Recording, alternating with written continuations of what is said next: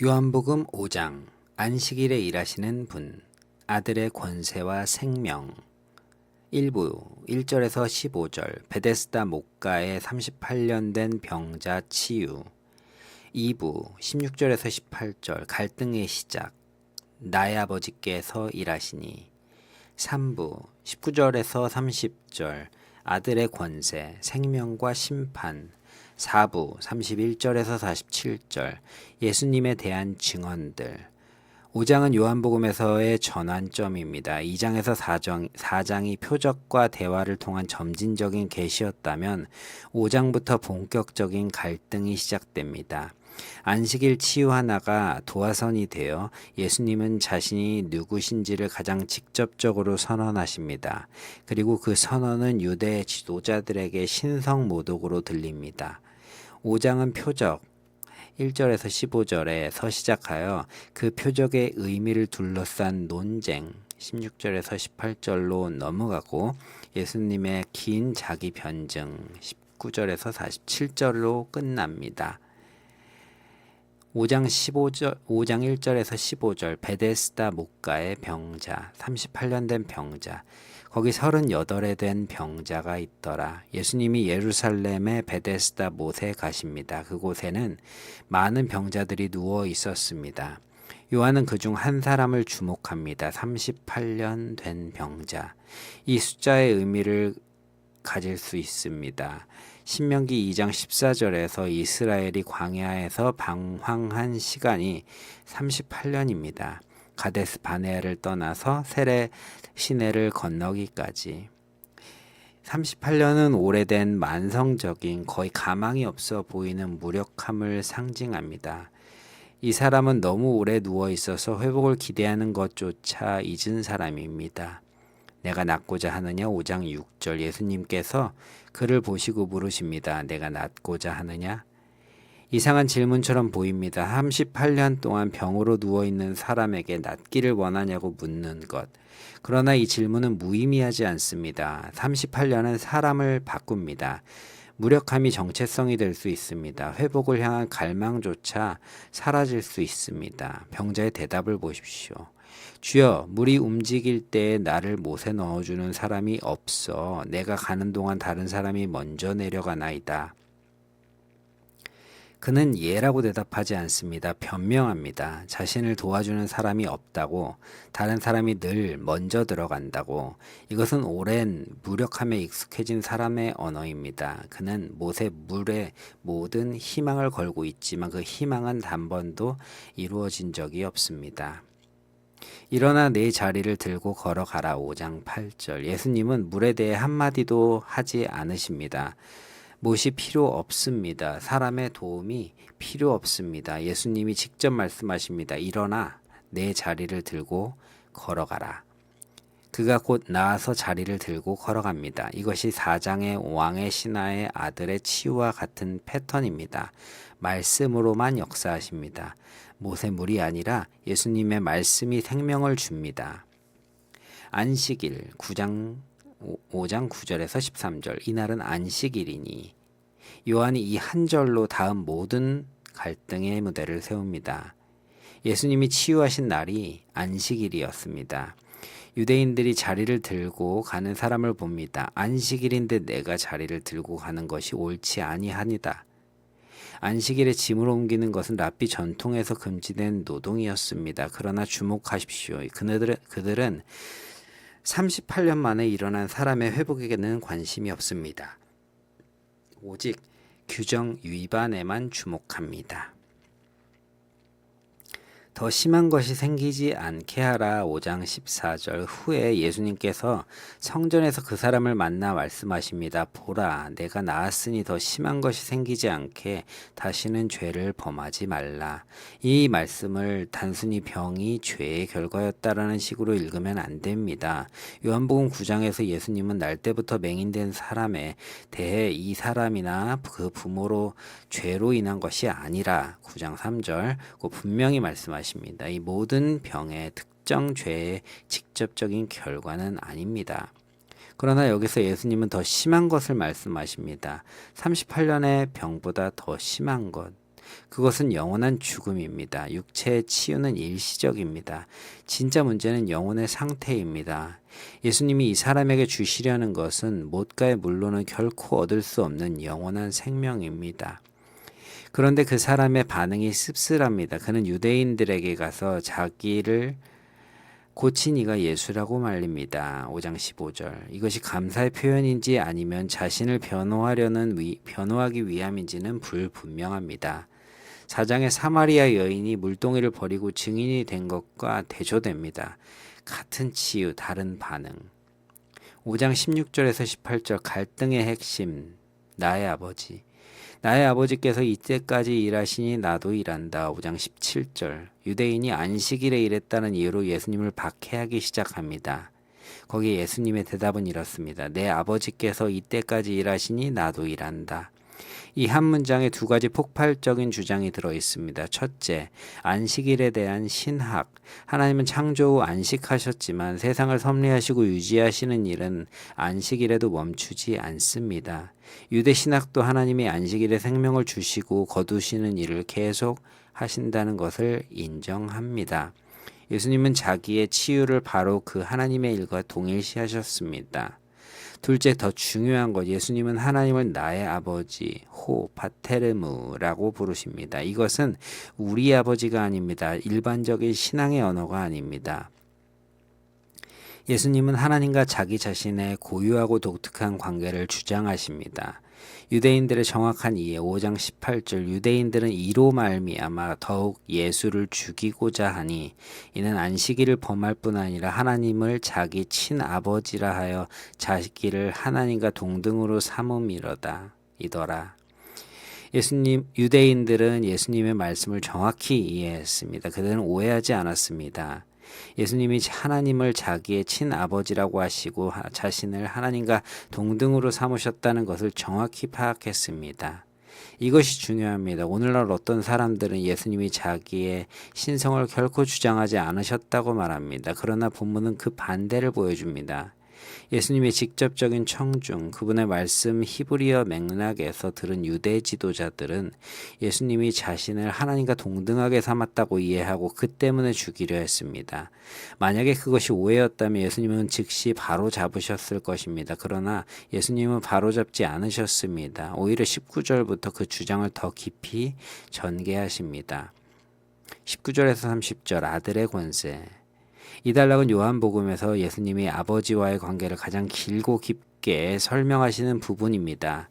핵심 구조는 이렇습니다. 아들은 아버지에게 완전히 의존하면서 동시에 아버지의 모든 권세를 행사하십니다. 19절에서 20절 아들은 스스로 아무것도 하지 않는다. 아들이 아버지께서 하시는 일을 보지 않고 아무것도 스스로 할 수 없나니 아버지께서 행하시는 그것을 아들도 그와 같이 행하느니라. 이 말은 모순처럼 보입니다. 18절에서 예수님은 자신을 하나님과 동등하게 삼으셨는데 19절에서는 스스로 아무것도 할 수 없다고 말씀하십니다. 그러나 이것은 모순이 아니라 완전한 연합의 표현입니다. 아들은 아버지와 독립적으로 행동하지 않습니다. 아들이 하시는 모든 일은 아버지가 하시는 일입니다. 이것은 종속이 아니라 완전한 일치입니다. 아들은 아버지께 반항하거나 따로 행동하는 분이 아니라 아버지의 뜻을 완벽하게 반영하시는 분입니다. 그래서 아들을 보는 것은 아버지를 보는 것입니다. 14장 9절. 아버지께서 자기 아들을 사랑하사 자기가 행하시는 것을 다 아들에게 보이시고 아버지와 아들 사이의 관계의 기초는 사랑입니다. 아버지가 아들을 사랑하셔서 모든 것을 보이십니다. 21절에서 23절 아들이 생명을 주고 심판하다. 아버지께서 죽은 자들을 일으켜 살리심 같이 아들도 자기가 원하는 자들을 살리느니라. 생명을 주는 것은 하나님만의 권세입니다. 그런데 아들도 자기가 원하는 자들을 살리신다고 하십니다. 아버지께서 아무도 심판하지 않으시고 심판을 다 아들에게 맡기셨으니 심판도 마찬가지입니다. 최후의 심판은 하나님의 고유 권한인데 그것이 아들에게 맡겨졌습니다. 그 목적은 이 모든 사람으로 아버지를 공경하는 것 같이 아들을 공경하게 하려 함이라. 아들을 공경하지 아니하는 자는 그것 아들을 보내신 아버지를 공경하지 아니하느니라. 이것이 5장의 신학적인 장점입니다. 아들에 대한 공경과 아버지에 대한 공경은 분리될 수 없습니다. 아들을 공경하지 않으면 아버지를 공경하지 않는 것입니다. 하나님을 예배한다고 하면서 예수님을 거부하는 것은 불가능합니다. 이것은 유일신 신앙을 가진 유대인들에게 충격적인 주장입니다. 예수님은 자신이 아버지와 동일한 공경을 받으셔야 한다고 선언하십니다. 5장 24절 현재적 영생 내 말을 듣고 또 나를 보내신 이를 믿는 자는 영생을 얻었고 심판에 이르지 아니하나니 사망에서 생명으로 옮겼느니라. 요한복음 핵심 구절 중 하나입니다. 시제를 주목하십시오. 영생을 얻었고 현재 완료. 사망에서 생명으로 옮겼느니라. 현재 완료. 영생은 미래에 받은 것이 아니라 지금 이미 시작되었습니다. 믿는 자들은 이미 사망에서 생명으로 건너갔습니다. 심판은 그에게 미래의 두려움이 아닙니다. 이미 통과한 일입니다. 5장 25절에서 29절 두 가지 부활 죽은 자들이 하나님의 아들의 음성을 들을 때가 오나니 곧 이때라. 듣는 자는 살아나리라. 여기서 두 종류의 부활이 있습니다. 첫 번째 영적 부활 곧 이때라. Now is. 5장 25절 영적으로 죽은 자들이 아들의 음성을 듣고 지금 살아납니다. 둘째 육체적 부활 무덤 속에 있는 자가 다 그 음성을 들을 때가 오나니 28절 마지막 날의 부활입니다. 선한 일을 행하는 자는 생명의 부활로 악한 일을 행하는 자는 심판의 부활로 나오리라. 이것은 행위 구원으로 오해하면 안 됩니다. 24절에 이미 분명히 말했습니다. 믿는 자가 생명을 얻습니다. 행위는 그 믿음의 열매이고 증거입니다. 믿음에서 흘러나온 삶이 마지막 날에 드러납니다. 5장 31절에서 47절 네 가지 증언 예수님은 자기 주장이 자기 혼자의 증언이 아님을 밝히십니다. 유대 율법은 두세 증인을 요구합니다. 신명기 19장 15절 예수님은 자기를 증언하는 증인들을 제시하십니다. 첫째, 세례 요한 33절에서 35절 너희가 요한에게 사람을 보내매 요한이 진리에 대하여 증언하였느니라. 세례 요한이 예수님을 증언하였습니다. 그러나 예수님은 사람의 증언에 의존하지 않으시고 덧붙이십니다. 요한은 커서 비추이는 등불이었습니다. 빛 자체가 아니라 빛을 가리키는 등불. 이것이 1장 세례 요한의 묘사와 정확히 일치합니다. 둘째, 예수님의 일, work. 5장 36절 내가 하는 그 일이 나를 위하여 증언하는 것이요 또 아버지께서 나를 보내신 것을 증언하는 것이니라. 세례 요한의 증언보다 더 큰 증언이 있습니다. 예수님이 행하는 일 자체입니다. 38년 된 병자를 일으키는 것, 그 표적이 예수님의 증언입니다. 셋째, 아버지 5장 37절에서 38절 또 나를 보내신 아버지께서 친히 나를 위하여 증언하셨느니라. 아버지께서 친히 증언하십니다. 그리고 유대인들은 아버지의 음성을 듣지 못했고 그 말씀이 그들 안에 거하지 않습니다. 넷째, 성경 5장 39절에서 40절 이것이 가장 날카로운 부분입니다. 너희가 성경을 영생을 얻는 줄 생각하고 성경을 연구하려고 니와 이 성경이 곧 내게 대하여 증언하는 것이니라. 그러나 너희가 영생을 얻기 위하여 내게 오기를 원하지는 아니하는도다. 유대 지도자들은 성경을 연구했습니다. 그것도 열심히. 그들은 성경 안에 영생이 있다고 믿었습니다. 그런데 예수님은 말씀하십니다. 그 성경이 바로 나를 증언하고 있다. 그러나 너희는 성경이 가리키는 그 분에게 오지 않는다. 이것은 무서운 진단입니다. 성경을 가장 열심히 연구하는 사람들이 성경이 가리키는 그분 앞에 서서 그분을 거부하고 있습니다. 지식이 그들을 구원하지 못합니다. 성경 연구가 목적이 아니라 성경이 가리키는 그리스도께로 가는 것이 목적입니다. 5장의 이 선언은 24장 엠마오 도상에서 예수님이 모세와 모든 선지자 글로 시작하여 모든 성경에 쓴 바 자기에 관한 것을 자세히 설명하셨다. 누가복음 24장 27절과 같은 진리입니다. 구약 전체가 예수님을 가리킵니다. 5장 41절에서 47절 모세가 너희를 고발한다. 나를 고발하는 자는 너희가 바라는 바 모세니라. 모세를 믿었더라면 또 나를 믿었으리니 그가 내게 대하여 기록하였음이라. 유대인들은 모세를 자랑했습니다. 모세의 제자라고 했습니다. 9장 28절. 그러나 예수님은 말씀하십니다. 모세가 바로 나에 대하여 기록했다. 모세를 진정 믿었다면 나를 믿었을 것이다. 그 마지막 문장이 충격적입니다. 그의 글도 믿지 아니하거늘 어찌 내 말을 믿겠느냐. 그들은 모세의 글조차 진정으로 믿지 않았습니다. 모세를 자랑하면서도 모세가 가리키는 분을 거부합니다. 이것이 5장에 드러나는 비극입니다. 5장 전체를 꿰뚫는 신학적 흐름, 5장은 하나의 표적에서 시작하여 그리스도론의 가장 깊은 선언으로 나아갑니다. 베데스다 병자는 38년 동안 모세 물에 희망을 걸었지만 그 물은 한 번도 그를 구하지 못했습니다. 진짜 생명은 못에서 오지 않았습니다. 예수님의 말씀에서 오십니다. 이것이 5장 전체의 축소판입니다. 사람들은 엉뚱한 곳에서 생명의 희망을 둡니다. 모세 물에, 안식일 규정에, 성경 연구에, 모세에 대한 자부심에, 그러나 이 모든 것이 가리키는 분은 예수님이십니다. 5장의 핵심 주장은 이것입니다. 예수님은 아버지와 동등하시며 생명을 주시고 심판하시는 권세를 가지신 하나님의 아들이십니다. 그래서 아들에 대한 태도가 곧 아버지에 대한 태도입니다. 성경을 연구하면서 예수님을 거부하는 것은 모순입니다. 성경 전체가 예수님을 증언하기 때문입니다.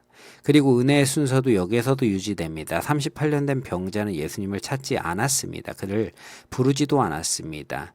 예수님이 그를 먼저 보시고 먼저 물으시고 먼저 일으키셨습니다. 사마리아 여인에게 먼저 다가가셨듯이 베데스다의 병자에게도 먼저 오셨습니다. 생명은 인간의 노력이나 목가에서의 기다림이 아니라 먼저 찾아오시는 아들의 음성에서 옵니다. 최종 결론, 요한복음 5장은 이것을 선언합니다. 예수님은 아버지와 동등하게 생명을 주고 심판하시는 하나님의 아들이시며 율법도 성경도 모세도 모두 그분을 증언하고 있으므로 그 음성을 듣고 믿는 자는 이미 사망에서 생명으로 건너간다.